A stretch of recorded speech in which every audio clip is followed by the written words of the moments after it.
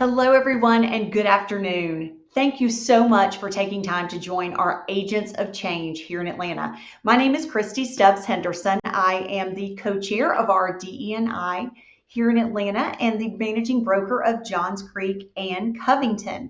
So today we're super excited to be bringing you this amazing event. We have some very special guests. First, I want to introduce Miss Monica Crue. She is with Freddie Mac, and she is going to be giving us our market update here in Atlanta. So welcome, Monica. Thank you so much for being with us today. Also, we have our fearless leader, Miss Laura Rittenberg, who is going to be moderating our panel today and asking the questions of our amazing agents. So thank you, Laura, for taking time out to be with us. And of course, our wonderful agent panel that we cannot thank enough for being here, Mr. Dimple Chandhok, who is part of our wonderful Johns Creek office, Miss Esther Ozuna, who is part of the amazing in-town office, as well as Mr. Justin J.Z. Ziegler, who is also a part of the in-town office. So a huge thank you guys for participating. We're so excited to have you sharing with us today. And we want to turn it over first and foremost to Miss Monica, our special guest. So we hope you guys all enjoyed this. Monica, take it away. Thank you so much. Honored to be with all of you guys today. Again, my name is Monica Crue. I'm an affordable lending manager here at Freddie Mac. Excited to bring you this presentation today. So let's go ahead and get started. So just a quick little disclaimer that we have here, right? A lot of the information and data that I'll be presenting for you today comes from, our entire team. I'm by no means an economist, but wanted to make sure that you guys have that context. So I'm going to start today a little bit about who Freddie Mac is, why we're important to the housing market, the foundation of who we are and what we do. So Freddie Mac was chartered by Congress in 1970, and we were basically created to keep money flowing to mortgage lenders in support of homeownership and rental housing. We operate on the secondary mortgage market, which means we don't lend money directly to consumers. We buy mortgages from our approved lenders. We pull those mortgages into securities and sell those securities to investors worldwide. Our mission is to promote liquidity, stability, affordability, and equality in housing. We're dedicated to stabilizing communities, expanding credit responsibly, and supporting affordable rental housing. We have three main lines of business: our single family, where I sit, our multifamily, which is 2 and 5 and up units, and then our capital markets teams, those ones pulling those securities together to sell to investors.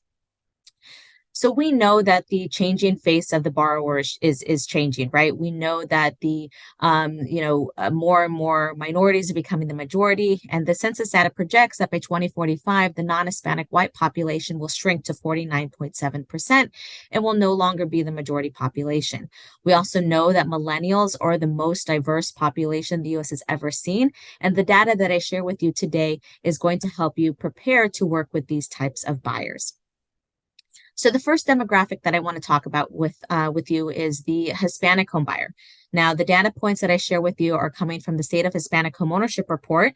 It's an annual report produced by NARUP, and Freddie Mac is a data contributor to that report. Now, according to this report, Hispanic homeownership is around 48%, and the numbers who are ready to purchase homes for the first time continues to grow. This slide is showing the migration for Hispanics by state, right? And due to the housing supply challenges that we see, the lack of affordability in some of our, highly populated states, we do see a lot of migration into historically more affordable markets like Texas, Arizona, Tennessee, and they are taking a lot of Hispanics into these particular states. The report also highlights growth population, income, educational attainment, labor force participation for our Hispanic population. I encourage you guys to download the report, review it, because it continues to provide insights on working with the Hispanic community. Now, according to the Urban Institute, the white-black homeownership gap is now at 30%, which is actually larger than the 27% gap that existed before the signing of the Fair Housing Act in 1968. There's a lot of forces that contribute to the racial disparities in homeownership for this community, and it's crucial that the housing industry continue to work continuously and collaboratively towards dismantling the homeownership barriers for our aspiring home buyers. Now, this slide is from a study that our team published that examines the role that credit attributes are likely used by lenders to originate new mortgages, and to the extent in which credit, as compared to other factors, continue to have disparities for new mortgages. Now, racial differences in credit attributes, explain on this particular slide, but we as professionals have an opportunity and a duty to help educate and guide these buyers into strengthening their credit profile for homeownership. We have a lot of resources here at Freddie Mac to help home buyers increase their credit. But one call out that I would like to make on this particular slide is also the racial homeownership gaps between our middle income Americans. We know that homeownership is hard for middle incomes, right? Because it's oftentimes a little harder for them to qualify for down payment assistance, but they are still struggling to save for that down payment. And it's definitely significant for our Black home buyers as well as our other minority communities. Another report that I like to highlight is our State of Asia America report. This report is published by ARIA, and Freddie Mac is a data contributor to that report. And like Hispanics, we do see a lot of AA and HPI populations moving out of urban areas into more affordable markets. Some of the reasons for this migration might include work opportunities, religion, education, or maybe even refugee status. The United States is taking a lot of refugees in, and many are coming from Asian countries. These refugees often have lower income, less proficiency in the English language, and often have struggles in their pursuit of homeownership. One of the additional myths that we need to dispel is that all AA and HPIs are crazy rich Asians, right? We need to start looking at them instead of a monolithic ethnicity into different the subgroups that they do represent. And so this slide is highlighting that even though our Chinese American and Asian Indian Americans have higher population here in the United States, their homeownership rate is that much lower than that of the Vietnamese Americans who have a much higher homeownership population. Disaggregating the data is going to give us a better look at opportunities in working with our AA and HPI population. This slide is highlighting our credit scores, right? We all know that credit is very important in serving home buyers. And here we're looking at Georgia and some of the different counties within Georgia. And the good news is that there are a lot of high credit scores here in your market. There are resources there if you are working with buyers who might need a little bit of credit repair or not sure where to start. I'm going to highlight our Credit Smart curriculum towards the end as a resource. So if you are working with someone who might need a little bit of extra handholding, definitely something to consider. Also, we know that a lot of our minority communities don't really value credit. And so as trained professionals, we need to make sure that they understand by having credit is definitely a way to hopefully increase their homeownership opportunities. Now let's talk about a lot of the fear that's out there for buyers right now, right? What can we do as professionals to ease them, right? We see rise interest rates, continuing discussions around when a recession's going to hit. And so we want to continue to have optimism for our buyers. So let's cover some of those home buyer barriers that we see in the market right now. 67% of renters share that saving for a down payment is one of the biggest barriers to homeownership for them. Only about a third of them are actually familiar with down payment programs that are out there or even low down payment products that we have here at Freddie Mac. So how can we help these home buyers? Well, first, we need to dispel the myth around how much down payment they need. 42% of millennials still think that they need 20% down in order to purchase. But the fact is that 47% of first-time millennial home buyers are putting anywhere between 0 and 5% down.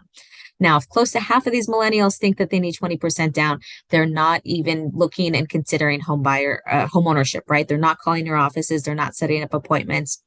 They're just scrolling through Zillow, thinking that homeownership is not for them. So we need to make sure that we're educating our, potential home buyers that there are, low down payment products out there that are available to them to help make homeownership a dream for them, a reality for them. Now, many first-time home buyers are unfamiliar with the home buying process, and it can be very overwhelming to start. About 48% of first-time home buyers say that qualifying for a mortgage is a barrier to home ownership. Some may think that their student debt is too high and they won't be able to qualify. Maybe they don't have a credit score yet, or maybe their credit score needs some time for improving.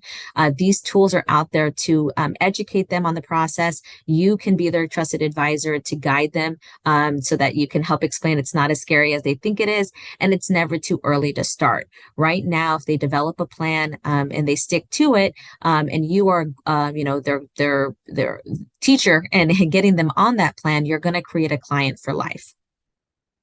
Another barrier is financial education, budgeting, savings, the difference between debt and credit. That wasn't taught when I was in school. And if it's not being taught at home, a lot of adults enter adulthood, not really knowing how to manage their finances. And this tends to lead to poor money management skills.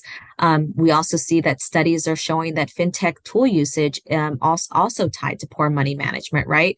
I never carry cash. I use money on my phone. I'm tracking my spending. I'm not balancing a checkbook. A lot of, that is different from how my dad managed his finances when he was the same age as me. It's not as, money is looked at very differently. And so Credit Smart is a tool that we have here at Freddie Mac, and it teaches consumers how to become better money managers, right? It covers managing money, building good credit, preparing for the home buying process, budgeting, and even saving for retirement. It's all free and a great tool that you can share with your home buyers if they need a little extra guidance in their financial education. Another impact is the gig economy, right? There is a gigantic shift in the labor market, right? We do see technology jobs really dominating it, as well as the gig economy. The number of independent workers have actually doubled between 2011 and 2019, and I imagine that the number is even higher in this post-COVID environment. Millennials were the first generation to have top technology jobs enter the top 5 of their employment sectors, and millennials are having a very big impact on the gig economy. They want to be their own boss. They want to create their own hours. The gig economy allows them to do that, whether it's selling their art on Etsy, driving for Uber, maybe they're a TikTok creator. And all of these definitely impact their income streams, right? They're working as independent contractors. You as a real estate professional can definitely, relate to that. What can we do to educate them on setting up their business plans to make sure that when they're ready to qualify for a mortgage, their finances are that to be able to do so. So be on the lookout for people that are trying to turn their side hustles into an income revenue stream as well. So here's a population breakdown in your market. We see a lot of migration from our diverse communities coming into Georgia. We definitely see that it's definitely pretty average across the U.S. as well. So you can really relate to that. But we do see a big impact on those millennial home buyers. So there's a lot of opportunity here in Georgia to be able to help more home buyers. All right, we covered some of the challenges that buyers are facing when shopping for a home. I'm going to spend the next few slides covering some affordable products that are solutions that for our diverse home buyers in their pursuit of home ownership. Some may say, why you as a housing professional might want to learn about mortgage products. It's not my intent to turn you into a mortgage professional, but I really want to equip you with some general knowledge about these products and the opportunities that they have to reach more buyers in a competitive market. So the first product that I want to cover with you is Home Possible. This is a conventional loan that's designed for buyers looking for low or very low income who are looking for low down payment options and flexible sources of funds. With Home Possible, a buyer who qualifies can get into a home for as little as 3% down. It allows for a non-occupied co-borrower on a one-unit property and allows for many different types of down payment sources. Here are some scenarios in which, Home Possible might fit for some of your buyers. Maybe there's a newlywed couple who just got married and got a lot of money for their wedding gifts. They can use that as down payment on a purchase for a home. Maybe there's a young family who currently own right now. Maybe they just, got pregnant and they want to move into a larger home and they want to keep ownership on the home that they have right now. That's allowed because it allows for repeat buyers so they can maintain ownership on their home as well as purchase using Home Possible on a larger home. Maybe there's a freelance web designer, right, who's making that, turning into his side hustle into his, main source of income, but isn't quite there yet in establishing his business and might need mom or dad to help him qualify in order to purchase a home. He doesn't have to live with them. Home Possible allows for a non-occupied co-borrower, so mom or dad can join him on the loan, but they don't physically have to live in the home with him. Maybe there's a group of girlfriends, they've been living together. as college roommates, but one of them wants to make a purchase now. But she can't qualify or doesn't want to maybe quick kick her roommates out, but she wants to have them, live with her, and she's going to rent the rooms to them. Her rental income can from her roommates can help her qualify for that mortgage, as another way to make home possible for home buyers and using different sorts of income as well. So all different scenarios that are definitely making home possible for people in different scenarios. Now, Home Possible does have an area median income limit. In order to qualify, buyers do need to make less than or equal to 80% of the AMI. Freddie Mac has a nice tool that helps you determine what the AMI is in your market. This is our Home Possible income and property eligibility tool. You're going to go to our website here and we can make this presentation available to you. I highly recommend bookmarking this page. You're going to enter in the address of your listing. You're going to see the area median income pop up.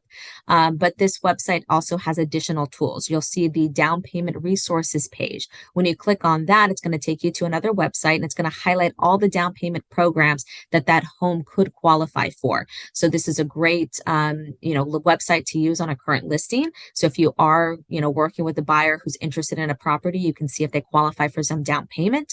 So highly encourage you guys to explore this website and enter in some of the addresses of the listings that you have. Now, we know that it is a competitive market out there. 80% of the AMI, you might not be working with buyers who are making less than that, right? So we came up with a solution. This is called Home One. It's like Home Possible. It's a low down payment option, but this has no income limits. It's only available on one unit properties. Condos and townhomes are included. One of the buyers does have to be a first-time home buyer, meaning they have not owned a home in the last 3 years. It's a great product for those first-time millennial home buyers who are making a little bit more of a higher income. Home buyer education is required for that first-time home buyer, and you can use our Freddie Mac Credit Smart Home Buyer U to meet that qualification. So this slide is just highlighting the difference between Home Possible and Home One. I recommend maybe printing this out and keeping it as like a fact sheet near your office if you're trying to maybe explore Freddie Mac options when you're working with your home buyers. We also have some additional affordable lending solutions. This is, we introduced Choice Renovation a few years ago as a solution to address the aged housing stock that we see across the U.S. It's designed for buyers looking for a convenient and cost-saving ways to finance their home purchase, as well as the renovation costs into a single closing transaction. We know that location is very important for our diverse home buyers. If they find a home in a preferred neighborhood that might need a little bit of an upgrade, this is a great product for them to utilize. It's a great solution for those millennials who have, those unrealistic expectations of their first home, right? So if they see the home and they want to redo the kitchen and add some of their personal touches to it, Choice Renovation is a great option for them. It allows for renovation costs less than 75% of the appraised as completed value on a one-unit home, and a one-unit investment properties are also allowed. We do have some restrictions on the renovations. Proceeds must be only used to an existing dwelling. You can't completely bulldoze down the house and build a new one. You can't use it on personal property with the exception of new appliances. So you can get, washer, dryer, refrigerator, things like that. Now, Choice Renovation can also be used for soft costs related to permits, drawing inspections, and it's an also great solution for resilient upgrades, right? So if you wanted to build a retaining wall, foundation retrofitting, storm surge barriers, or, maybe use it to repair a home that might have been damaged by a natural disaster.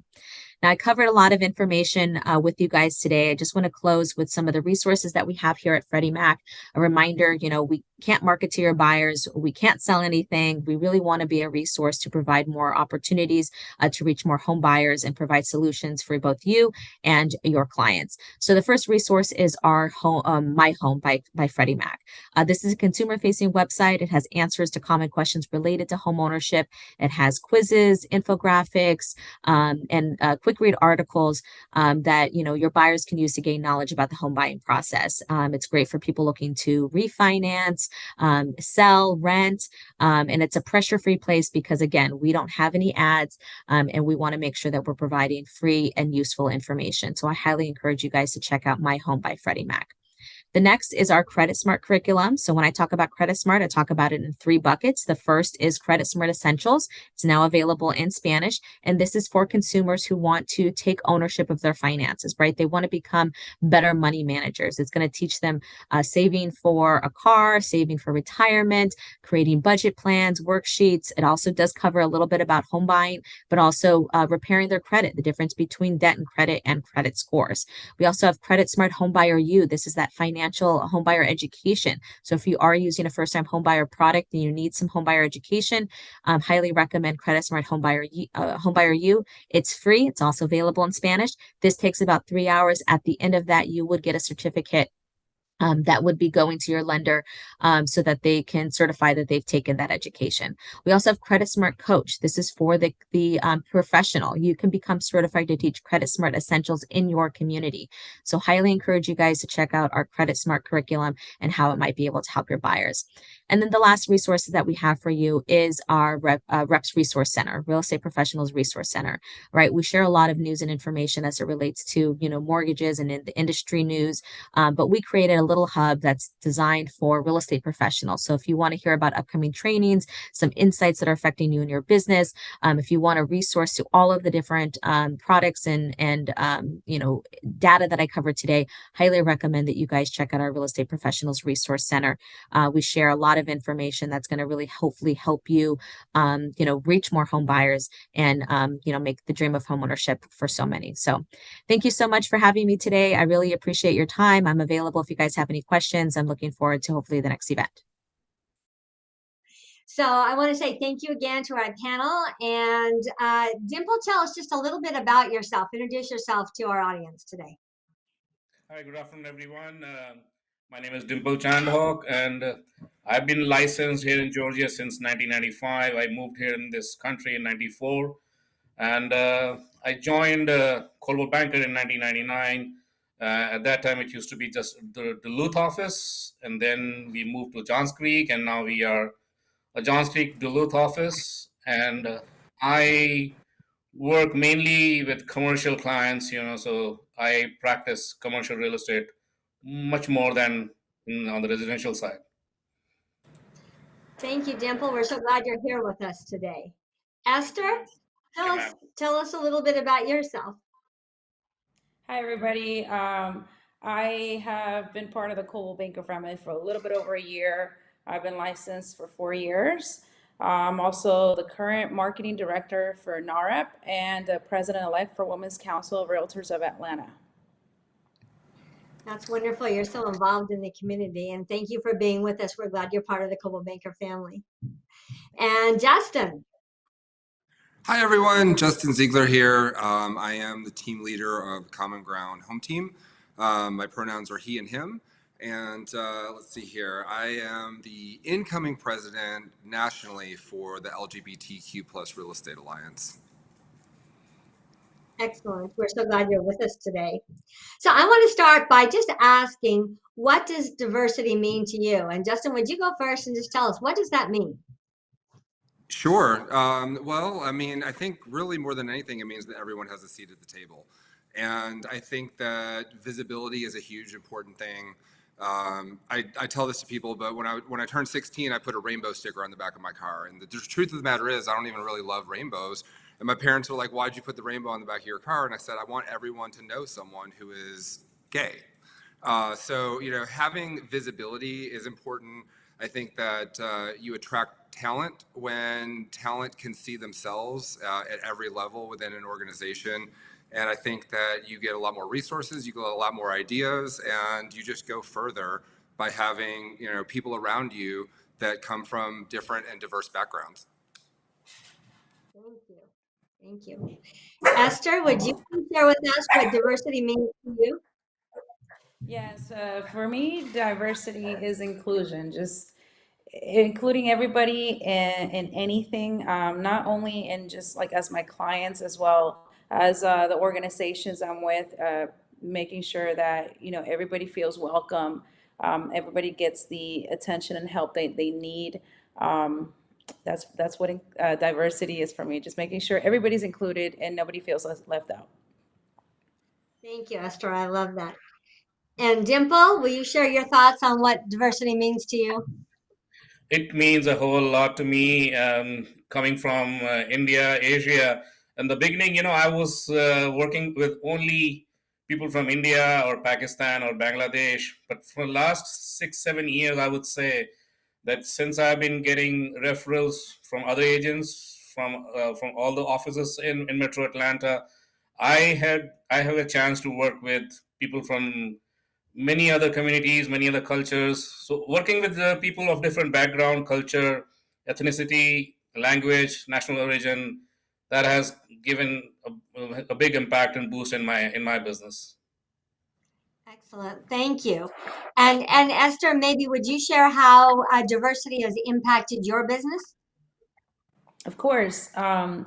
Diversity is just like for me has brought more business because I'm able to help a lot more people, and especially with the Hispanic community, them being most of them being first-time home buyers, and as Monica was talking about earlier, that most of them have never bought a home. They've migrated to the U.S. and they're unaware of the whole process. So they feel comfortable with me. eh, that I understand them, not only the language, but I understand what they need and how I can get them to become homeowners. So not only with my clients as well with agents in the office, they also feel comfortable reaching out to me if they need assistance with a Spanish speaking client. So it's impacted me and helped me a lot in my business. That must be very rewarding for you to help the people who are new to our country realize the American dream. Absolutely. So, Jay-Z, Justin, tell us how has diversity impacted your business? Well, I mean, I can tell you from a business standpoint, similar to what Esther said, it's definitely increased business. When you think about these different diversity organizations, they really came about because there was a difference in home ownership rates within communities. So, in my organization, home ownership is about 15% less than the general population overall in America. And so, if you think about it from a business standpoint, there's an opportunity to sell more houses within our community. But the thing that I think has really affected me is the loyalty that comes from working with someone who is a first-time home buyer. And a lot of times that's what we're dealing with in our community, our first-time home buyers.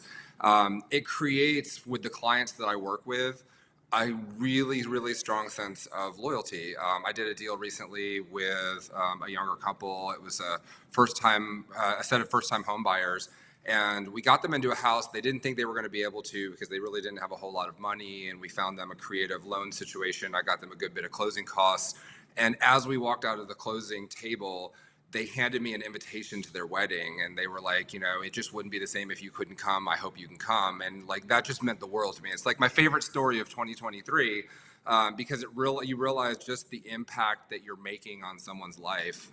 And so if you're the kind of agent that loves working with a first-time home buyer, this is a perfect segment for you to work with diverse populations who many times are going to be first-time home buyers. A lot of times they're going to be it's the first time anyone in their entire family has bought a house. So that's also even more rewarding. I love that story, Justin, and I know that we do make lifetime friends in this business, don't we? It's life-changing for us as well. So tell me, how do you meet the needs of our changing market? Dimple, things are changing so rapidly. Tell us how you meet the needs of the changing market. The biggest thing is that people coming in here from different parts of the world, that is the big thing. And to teach them and like give them more information and knowledge about real estate in this country, how things work. That's the biggest thing. So education, yeah. Yep, that's true. Esther? Like in Asian countries, there is a common trend that a person buys a real estate, the broker gets commission 1% from the buyer side and 1% from the seller side. There are no two brokers involved. There's only one broker involved in it. and they're paid by both the buyer and seller 1% each. That's the common practice in India and Pakistan. So they, when they come here, they think that it's the same process, but it's not. So you have to explain them a lot of things about that. Dimple, that's really a great point, because not only is that true for us with people coming from different countries, but just buying and selling real estate in different states here in America is very different. And so that education plays a huge role for sure. Huge role. I agree. Esther, tell us how you're meeting the changing the needs of your buyers and sellers in the changing market. Yeah, I constantly obviously stay continue educating myself to educate my clients. I think the market is always changing, so we always have to keep ourselves updated with the new trends, the way social media is handled, and keeping them updated, making sure that they don't feel afraid. I think every time something changes, they feel afraid. When rates dropped and prices, when home prices increased, they got scared. They didn't want to buy. Now that rates increased, prices are kind of like dropping. They're still scared to buy. So it's making sure that they understand how it benefits them, making sure that they know that it's not just a home purchase, it's an investment that they're making, and educating, educating everybody in their family as well. So also being involved with organizations like Women's Council and RF. I'll constantly going, attending conferences, and learning not from just agents here in Georgia, but agents nationwide as well. Esther, how did you get involved in those different organizations? I'm a person that, I love to learn, but I wanted to make a difference, and I want to make a difference. And so I first joined NARA because I wanted to see what exactly they do for the Hispanic community and how I can be part of helping my Hispanic community. And with Women's Council, I joined because I wanted to develop my leadership skills, and it really has helped me a lot. And how did you get involved in the Women's Council? I what we call I got tapped into it. I did offer myself to help. I offered my help. As soon as I offered my help, they're like, "You're coming on the board." And so as soon as it started on the board, I kept getting more and more involved and learning more, and also bringing people with me onto the board, and onto the into the organization, and sharing all of my ideas. And it's just uh, it's just been a big change, and I really I'm happy that I did it. I know it's volunteer work, but it's really helped me not only personally, professionally, and everything. I love the fact that not only are you involved, but you're bringing people with you to be involved, and really sharing that message, spreading the word. Yes. So, Justin, tell us, how do you meet the needs of the changing market? Yeah, well, I think that there's a couple of things. I mean, first, no matter who you're working with, you need to be a student of the market itself. So you have to know what's going on in your market, as an overview. But then also you have to pay attention to what's going on within different communities as well, and the communities that you serve. Now, it's really very similar to running a thriving real estate practice in general. I always tell people that like I'm on social media and I'm watching what my clients and my friends are doing, and I like to think of them as the same category. So like I don't have a business profile for myself. I have just myself, and when I follow or I friend someone on social media that's a client, I think of them like as a friend, and they're going to get to see what's going on in my life. But that also means that when I see that they're about to have another baby, it's time for me to reach out to them and see if it might be time for a bigger house. But also I kind of pay attention to what's going on in their neighborhood. So when I think of someone who's bought their first house for their first time, most agents will deactivate the search that they created for them when they were buying, and I just modify mine and I just change it to be their community, so that every time something comes on the market within the community where they live, they're getting an email from me letting them know about that property so that they can pay attention to what their house might be worth. And it kind of keeps them a little bit more engaged, and it keeps me, closer to them. But I really love the idea of social media because I like to stay close at a personal level with the people that I work with. And that's really kind of what creates loyalty. You look at, everyone kind of quotes that NAR study that they did back, and the numbers change depending on who tells the story. But basically it says that a huge amount of people said that they would use their agent again if they had the opportunity to, and then a teeny tiny number actually does. And the difference in between those two numbers is how well you stay connected with folks. So, no matter what community it is, I say stay connected to the folks within it. But then when you're trying to understand where someone comes from, based on where they've been, that's where, being a member of these organizations is important. I try to go to the conventions that they have nationally, which also, in addition to being a great opportunity for learning, I always pack in time at those conventions where what looks like me having fun is actually me networking with people around the country. And I'll give you a little secret. These organizations, you join and it's, I don't know, anywhere between $50 and $200 depending on the organization. But because people are spending money to be a part of them, that usually means that they're also more productive in their business. So they're higher producers. So when you meet someone in another state at a convention that's from a third state, they're probably doing more business than the average real estate agent back where they come from, or else they wouldn't be traveling and taking it as seriously. So it's a good opportunity to build those connections. And especially recently within the LGBTQ plus community, I've done a couple of deals this year where I had couples and families that were moving from states where they felt like they were being persecuted based on their sexual orientation or their gender identity. And having the referrals that were set up already with folks in different states allowed those people to refer that business to me, and that's where it came from. That's amazing. I love to see how you're networking. I know you just got back from an alliance meeting, didn't you? Yeah, we had our national convention. It was actually at the same time as NAREP, which stinks because I normally would have been at both. Now, how did you go I'm ahead? sorry. Go ahead, Dimple.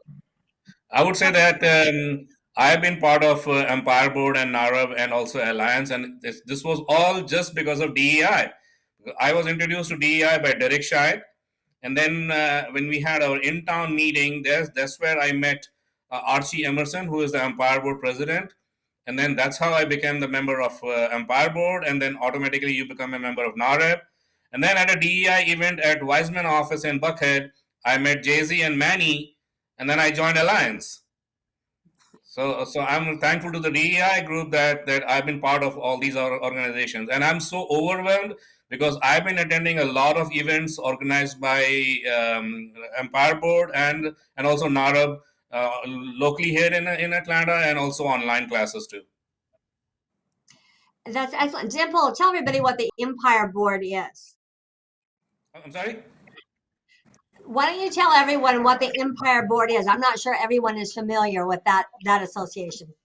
Oh, actually, Empire is called Empire Board of Realtists. It's not Realtors. It's called Realtists, and it's all predominantly African Americans and Hispanic real estate agents. Part of this group, and they are really doing great, and it has changed my perspective a whole lot. They are very active, and they do many more things which the normal board of realtors do, what I have seen here in Georgia. So thank you for sharing. And Justin, I wanted to thank you for sharing your tip about changing the search when someone buys a home. I think that's brilliant. That when somebody buys a new home, they want to know what's happening to the value there, and you're doing a great job of keeping them connected, and that information is coming from you. So you continue to position yourself as their real estate resource. I think that's absolutely brilliant. Justin, tell us, how did you first get involved in these organizations? What was it that made you realize that being involved was going to make all of these connections for you? Well, I guess you could say that I've been busy all my life, but in my teenage years and in my 20s, I was actually an AIDS activist. So I worked as an engineer. It's the weirdest story to get to real estate, but I worked as an engineer until I could find a way to turn activism into a career. And of course, in 2008, when the economy crashed, I actually got laid off from my job in activism. And that was when I decided that I would get my real estate license. But kind of thinking about AIDS activism, which is how I'm connected, especially with the LGBTQ plus community, it's one of those diseases where over time, it used to be about, like access to medications, and it is now too, but it's really access to resources. And so it's a disease that disproportionately affects low income people. And oftentimes when you start thinking about how do you solve the AIDS epidemic, the answer is medication and money. And a lot of times you look at people who are unhoused, and that's the group that's the most likely to be at risk for an HIV infection. And so it was very easy to kind of put together the idea of this activism before I got into real estate, and then tie it to real estate, since homelessness and being unhoused is such a driver for that. And so I was able to kind of put those two together, and it was a really cool coming together of things that I was passionate about. And so, I like to think of, I have a couple of clients that very early on in my career, knowing that I came from when the market shifted, I had people that were getting into their first house for, $50,000 back in, 2010, 2011. I was able to call folks like that a couple of years later and be like, hey, by the way, your house is worth this now. And for a lot of those people, who only did it because they saw an opportunity to buy, now they saw an opportunity to have more money than they had ever seen in their lifetime or otherwise would have seen in their lifetime all at once. And to see what happens to a first-time home buyer who scrapes by to get their first house, and to see what happens when they can actually squeeze a 20% down payment out of their last house. I mean, we all know that inside the business, but that's transformational. When you start getting rid of things like PMI and things like that, because you've come across this lump sum of money from selling your first house, it is an absolute game changer. And the generational wealth that you can build for someone like that is just beyond what a lot of people would be able to fathom themselves, and it's just really inspiring. Thank you for sharing that. That's very insightful. So, Dimple, you just shared with us what you learned from being part of the Coldwell Banker DEI organization. Esther, I'm wondering that being part of the Coldwell Banker DEI organization, has that led you to have any additional insights that maybe you wouldn't have had had you not joined our group here? Yeah, absolutely. Just like with other, like being part of the brokerage where there's other agents that are also very involved. It also motivates you to keep, going for more or learning more about DEI or sharing more about it as well. So to me, I'm very happy that Coldwell Banker it has this group or the DEI available. That way it opens the mindset to other agents. Maybe some of them are unaware of, how it benefits them, that you don't have to be Latino to help other, Latino clients or any other diversities or groups. So hopefully it helps them as well, changes their mindset. And I'm really thankful for it, that we have this. I think that's such a great point. And Dimple is really a great example of that. He's joined all of these different organizations and learned more about the different cultures just because of his exposure to our DEI. So, Justin, you've been involved in a lot of different organizations for a long time. What do you think we can do better at Coldwell Banker to reach and impact our underserved communities? Yeah, well, I mean, so, we already have partners with lenders. And I think that the big thing here is one thing that would be really, really helpful would be to make sure that, number one, those lenders are super up and on top of all of the options for financing with low or no down payment. Have them also be very familiar with a lot of the down payment assistance programs, which I have a feeling when we get back to the Freddie Mac portion of this, we're going to hear a lot more about it. I think one thing that's also great would be for us to do some training within our offices on how to conduct first-time homebuyer seminars and gear them toward, diversity communities as well. Because again, thinking back on these percentages, within my community, homeownership rates are about 15% less. Same thing I know with Latino, Hispanic, Latinx communities. Even though that number is rising. Same thing with the Black community. So these are opportunities for us to start bringing in more buyers. So I think that Coldwell Banker could be helping its agents really kind of target first-time home buyers and really arm them with the knowledge that they need to be able to truly help those types of clients. And I know that's kind of more of a general answer, but the reality is when you boil down the mission statements to every single one of these diversity organizations, there's going to be a common theme of increasing home ownership rates. And we do that within communities, by getting people access to it.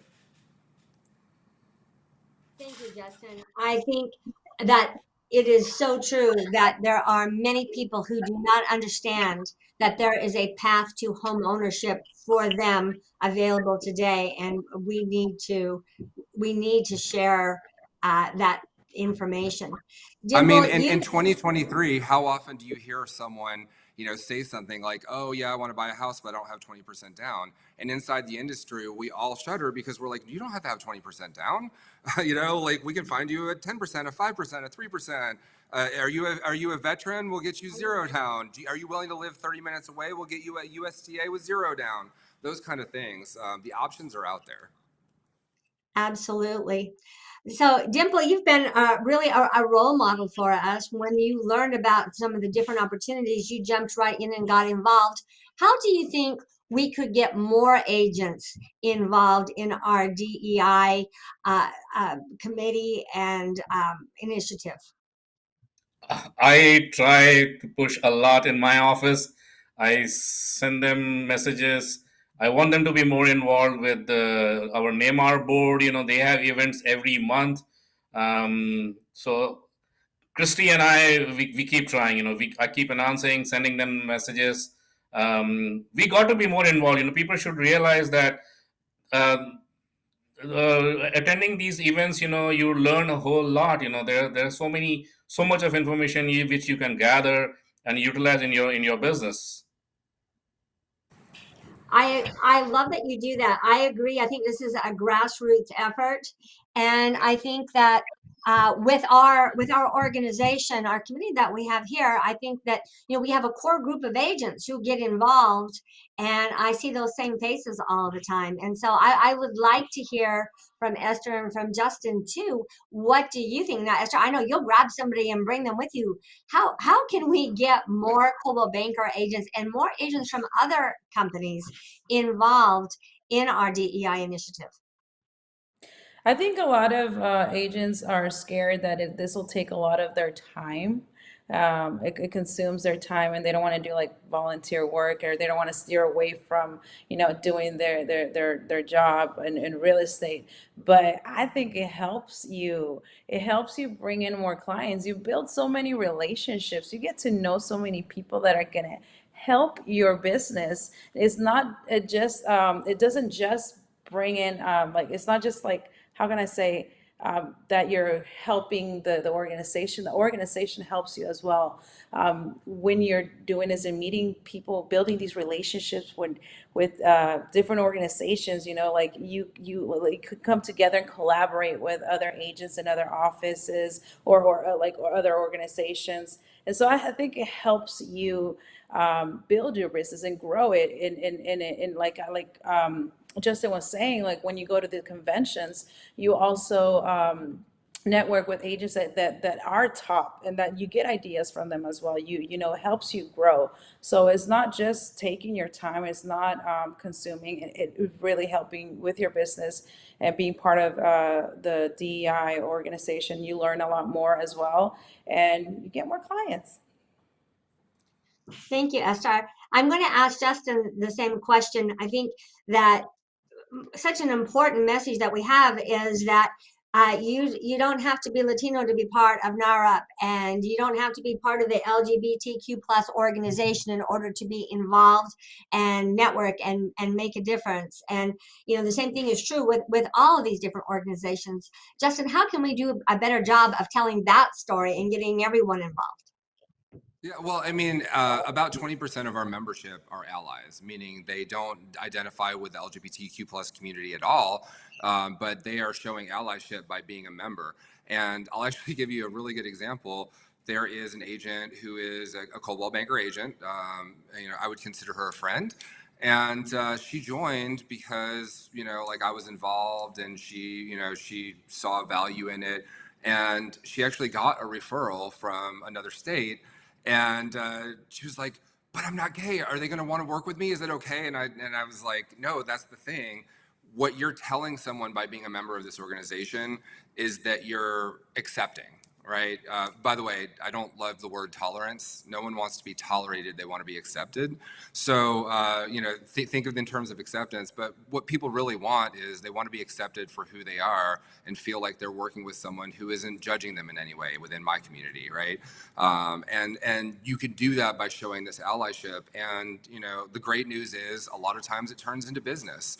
And so, it almost sounds dirty when you think that you're joining an organization because you believe in the mission, but then you get business out of it. You feel a little guilty. It's like, oh well, I was really just trying to do something good, and then look at me benefiting from it. But that's the reality.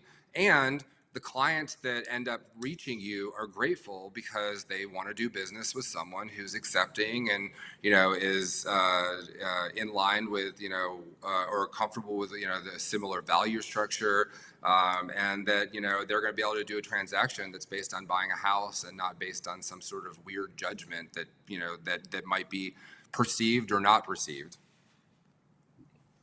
Thank you for sharing that. I always say the world is round, and what we put out there is going to come back to us. And so when we put out good work, good things should come back. So I appreciate very much that you shared that with us, and I love that. I think in all of these organizations, they all need allies, and there are many people who would want to be allies. We just need to tell this story better. Do any of you have any suggestions on how we might be able to enlist the cooperation of agents from other real estate companies to share our vision of doing this work in underserved demographics and communities?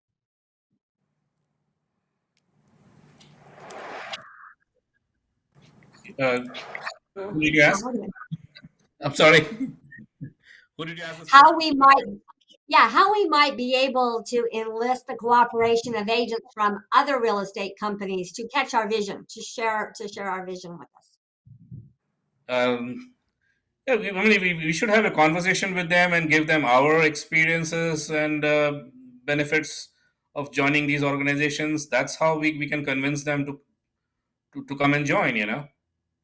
That's what I would say. I would say that there's a good spirit of cooperation across organizations that aren't just ours. I think it is great that we lead the change by having a DEI focus. I think that it's really kind of led from the top. So I just got back from this convention in Houston, where Liz Geringer, who is the CEO of Anywhere Brands, was one of the speakers, as well as several other folks from Coldwell Banker. One of the lunches was sponsored by Coldwell Banker.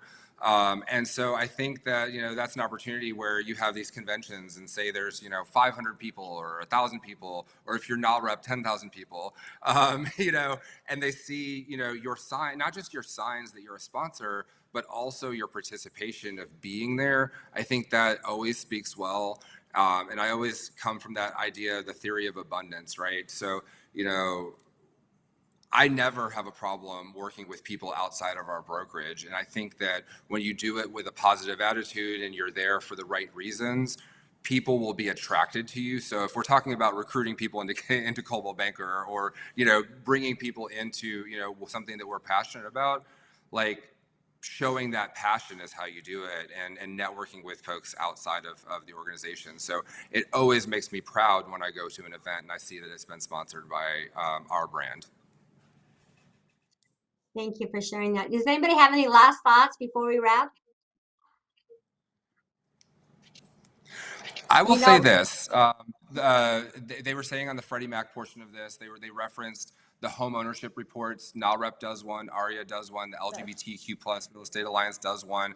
If you go to the websites of these organizations, they're usually 30 to 50 pages of a PDF that has all kinds of demographic information. It tells you what the buyers and sellers look like within the communities. It tells you what the barriers to entry are for the average person within the community. And a lot of times it's not money and it's not credit. I will just tell you that.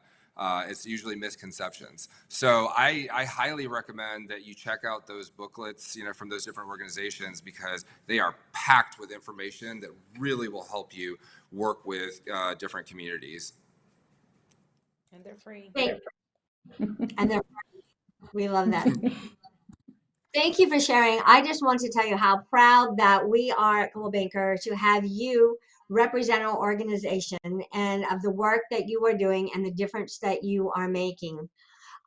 Truly, it is you that inspires me every day to want to do more for our communities, and you really are making a difference, one person at a time, and touching so very many people. So thank you all very much. Thank you for being here. Thank you for sharing. And yeah, I can't wait to see what y'all do next. You always do so many great things. So thank you. Thank you. Thank you. Now, are we going back to, yeah, are we going to Brenda for questions, or are we going back to Monica to share the Freddie Mac report?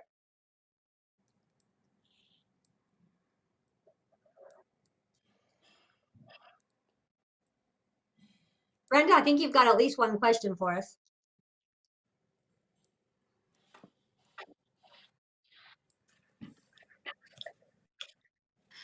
All right. This is the question from the panel. What are some challenges diverse groups have faced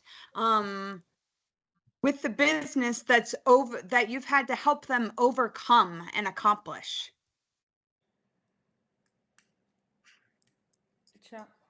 Challenges that we face with. Can you repeat the I question, Brenda? personally, Sure, I sure can. It says, what are some of the challenges diverse groups have faced in your business that you've overcome and accomplished?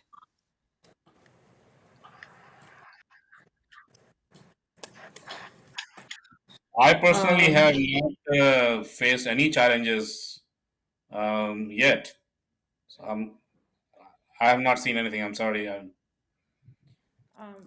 I mean, for like my business or for my clients, like. I think they're asking about clients, that some barriers that It's maybe you've either had to one, overcome. Esther. I think they're Yeah. wanting to know is like,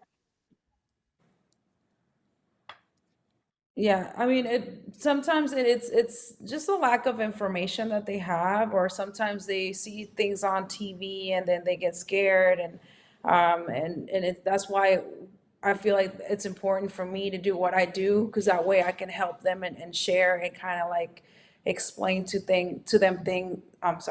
them things in a different way, in a way where they understand it and not be afraid. But I think that's like the most challenging. Sometimes they feel like they cannot buy. They don't because they're let's say they don't have a status in the U.S. and they can't buy, and having them understand, yes, you can. This is how I can do it for you. This is how we can help you, and giving them that information. But yeah, there's a lot of challenges that we have, but that's why I'm always getting informed, and like I said, and using that state of home ownership report to understand the amount of people that there are that can buy, but they don't know that they can buy. Yeah, I Justin, think did there's a everything lot well? of misinformation, a lot of Yes. misinformation out there. Yeah, yeah. Absolutely. So we're going to go ahead and wrap things up. First, I want to thank Monica for being here. Thank you, Laura, so much for moderating our panel. To Brenda for checking in and making sure that you are asking any questions that are needed. And to our amazing panel, to Dimple, to Esther, to Justin. Guys, thank you so much for not only what you do, but being advocates in our company, in Atlanta, in our communities. It really makes a huge difference. Now, I wanted to throw out a last couple of things for you. First of all, I want to say thank you to Amy Faulkner, who is my co-chair with DE&I. She as well had some technical difficulty issues, but she and I together have had a blast working with our DE&I council. Also wanted to put out there, we need ambassadors. You heard Dimple make the statement of getting involved and being involved in your offices. You all have amazing managers that need support and help to make DE&I important in all of our offices for every person that deserves to own a home. So please make sure that you step up, become one of our ambassadors. You definitely will not be disappointed. And to let you know, we've got some great things that are coming up over the next few months. First, it's October, which means we've got the Pride Parade coming up in downtown Atlanta on October 15th. So please make sure if you are interested in doing that and joining with Coldwell Banker that you reach out to your managing broker. They can get you in touch with one of us to let you know. Also, we want to support Miss Esther and her installation on December the 8th for the Women's Council of Realtors as their new president. So congratulations, Esther. It is open to anyone that wants to go for the installation celebration. Please check online with the Women's Councils of Realtors to find out more details. And NAREP is having their annual gala in December. They are finalizing some dates in the next week or so, so please make sure you keep a lookout for that. Now, couple things for Atlanta. We are beginning a YPN, which is Young at Heart or Young Professionals Network, and we want you guys to be involved in that. So please keep a lookout for some more information on that. And we also have a Latino peer-to-peer group that we have started that we're going to be sending information out. So if you are interested in either of these amazing groups and organizations that we have within Coldwell Banker in Atlanta, please let us know. So guys, we're going to wrap it up from there. Thank you so much for spending time with us today for Agents of Change. And remember, it's not Justin, Dimple, and Esther that are just agents of change. You are agents of change. So go out there in your communities, in your offices, and into our amazing market here and be that agent of change. Thanks, guys. Have a great day.